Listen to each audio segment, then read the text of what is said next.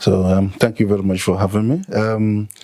Yes, what I can say is that within the context of environmental change, people's livelihoods are constrained in various ways. And what I find still relevant to date is the fact that people make sense or try to make sense of the knowledge systems that exist and figure out how they can integrate these knowledge systems for purposes of sustaining their livelihoods and very challenging environmental conditions.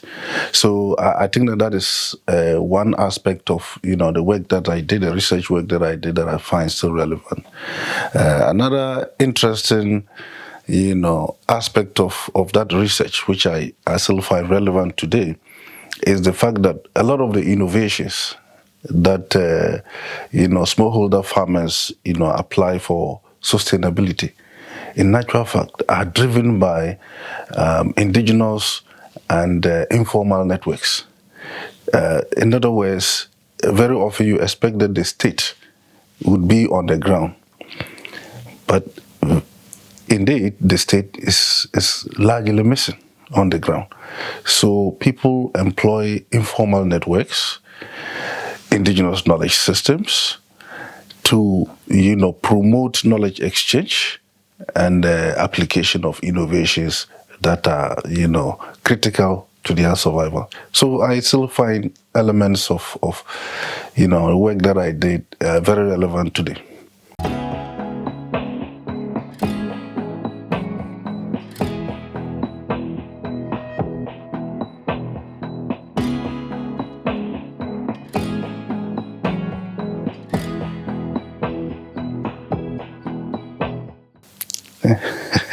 Yes, so when I completed in 2010 and I returned to my university, I was assigned the responsibility of managing postgraduate programs in my faculty. And that soon took me into, being a head of department, to a vice dean, and serving, as dean for 2 terms, and that's 6 years in all. And then we transitioned from being a campus of the University for Development Studies into a university. So somewhere in 2019, I also assumed responsibility as the acting principal of the campus, and had the responsibility of providing the leadership for transitioning from a campus to a full-fledged university, which is called the Diedong Dombo University of Business and Integrated Development Studies. A mouthful. Yes. So 2019, the government of Ghana passed a law establishing the university, and by May 2020 we had taken off as a new university, and that was when the council of the university at the time appointed me as a foundation pro-vice chancellor. So I actually ended my first term as pro-vice chancellor on the 31st August 2023. And I'm happy that the council found me worthy for reappointment. So I have just been appointed as a pro-vice chancellor to serve a second term, which will take, 3 years. Are you happy about that? I'm very happy about that, because I think that I have played a key role in supporting or leading the restructuring of the university, and there's still unfinished business. And I think that by my reappointment, I have an opportunity to work with colleagues to ensure that we can consolidate the restructuring that I started as pro-vice chancellor, who should be heading academic affairs on behalf of the vice chancellor and management. Yeah, so I'm happy about it.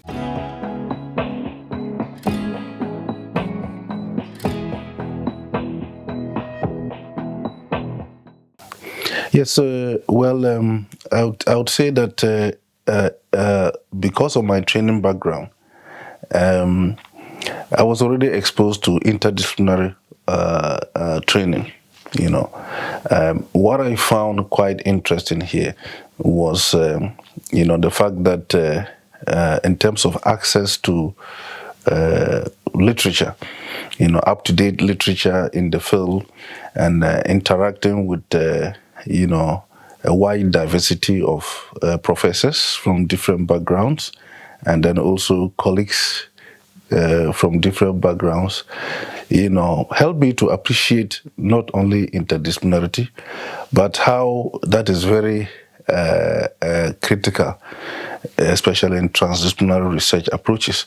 And we have to admit that if research and education has to be impactful in development, then it has to be within the context of interdisciplinarity and also transdisciplinarity, because you have to reach out to different actors and work in tandem towards achieving common goals.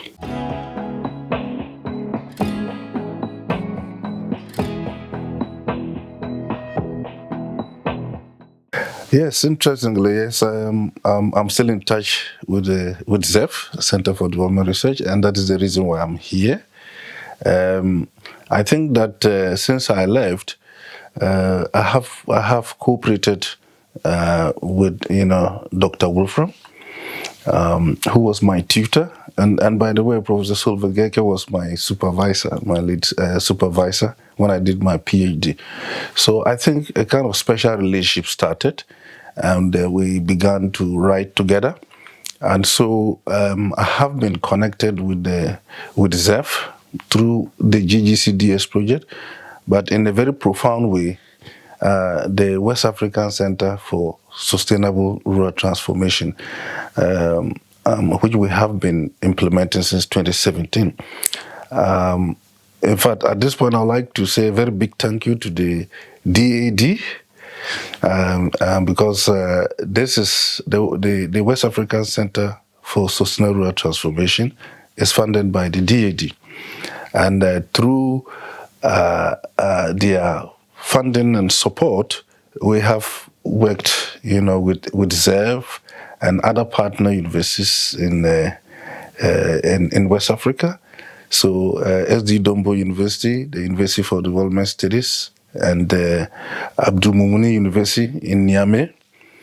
And through this program, we have been able to train a number of postgraduate students, masters, in different areas, in a manner that we are building capacity for promoting sustainable rural transformation. I must say that the center and the DAAD have become a brand in our universities, especially those of us who are working in new universities.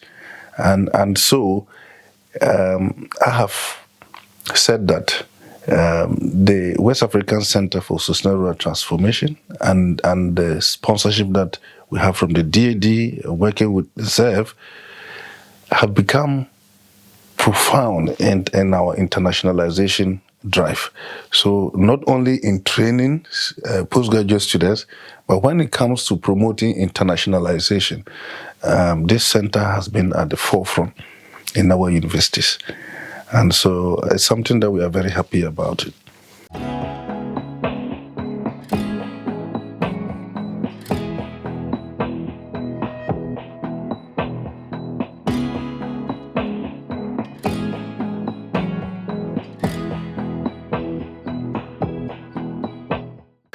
Yeah, so yes, in Africa and Ghana for that matter, yes, I do agree that we have some serious challenges in the higher education landscape. One of the key challenges is funding research. For example, it is important that tertiary institutions or universities chart a research agenda, their own research agenda, and within that context have the appropriate funding. And this then should feed into policy. But as you may be aware, most African countries, very little of, GDP percentages actually goes into funding research. And that is where we have a problem. And yet, by the very nature of universities, they are research institutions. So the research informs teaching, and teaching informs research, and all that inform policy and practice. But you tend to have a disconnect between what is happening in the universities in terms of research and policy. So I think that in order to address this challenge, the various governments have to reorient themselves. We have to come together and think about strengthening the relationship between universities and the research that we do and governors. And for that matter, what informs government policy. So if we give this attention, the needed attention, that government policies have to be evidence-based and give the universities the resources, I think that we'll be able to bridge that gap and accelerate our process of development in a manner that the universities can be better positioned to play a more active role.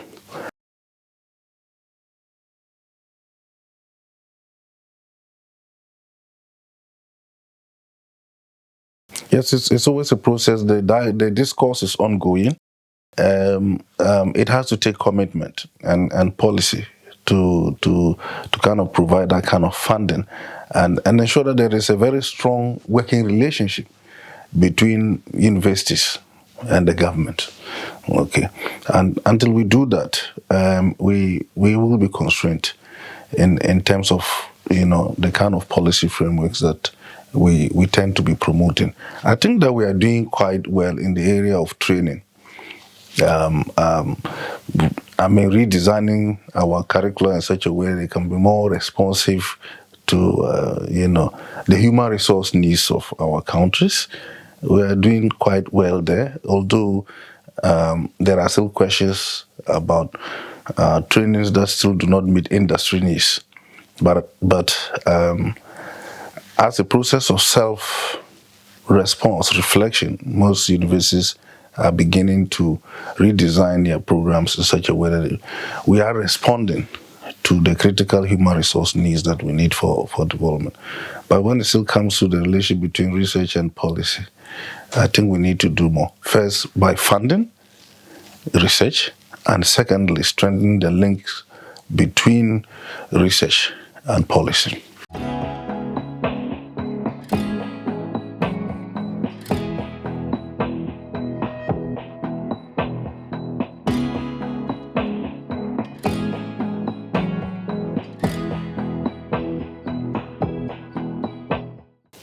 Yes, yes. I think that, as you rightly mentioned, this is one of the learnings that have come our way, implementing the West African Center for Sustainable Rural Transformation, where even students, not even alumni, have come together, form clubs, and seeking funding and to contribute to green development.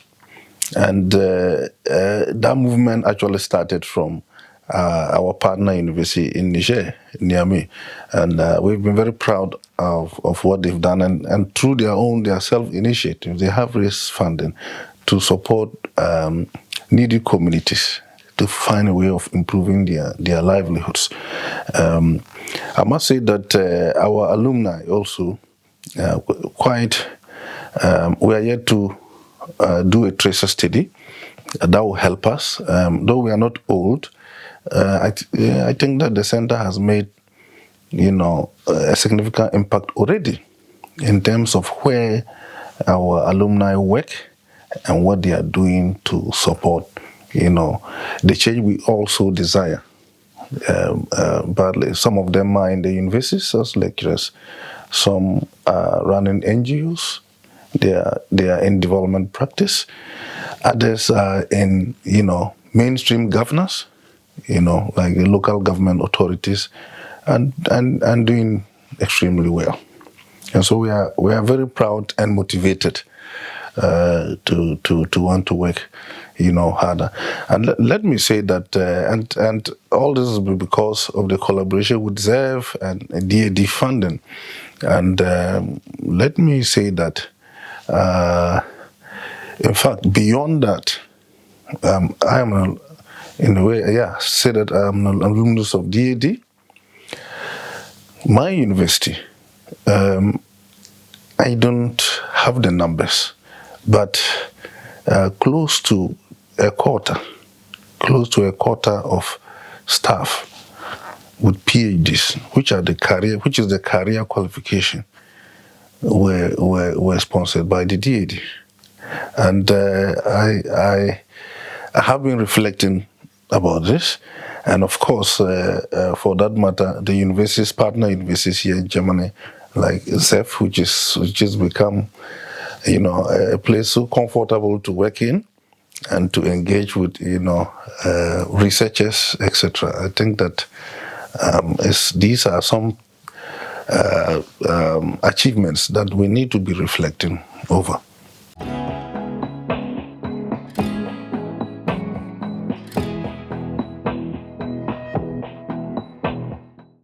First of all, to say congratulations to ZEV in advance. I think that in that period, ZEV has had a profound, impact in human resource development and also in research, especially when we talk about, West Africa. So, in a way, I would say that within this period, ZEV has become a global brand. And to have achieved that within this period, just in about 2 decades, has taken, leadership and a lot of commitment. And so I would like to also congratulate the staff who have worked so hard to achieve this, and to say thank you for training us and providing us with an opportunity for career progression. If you look at the career progression that I have experienced, I left here 2010. I'm a professor of development planning and the pro-vice chancellor of a new university. It's taken the investments that have taken place here to give me the requisite, not just the qualification, but the skills to be able to play this role. So I will forever remain indebted to ZEV and the University of Bonn for that matter. The question that I would like to ask is, with all this capacity that has been built, networks of emerged, what next?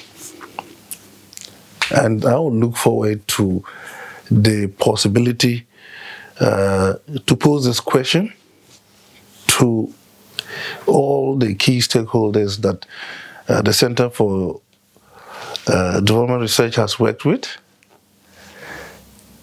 and then we can have a collation of the ideas that we can bring together, reflect over it, so that leadership can think about the future, beyond us, because the future is always for the younger ones.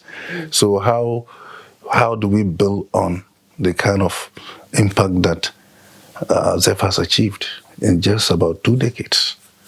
That would be a question that I would strongly recommend that those that are at the forefront of planning this celebration should be posing, so that we are also reflecting and we'll have the opportunity to make some inputs into how the future of ZEV and this partnership should look like.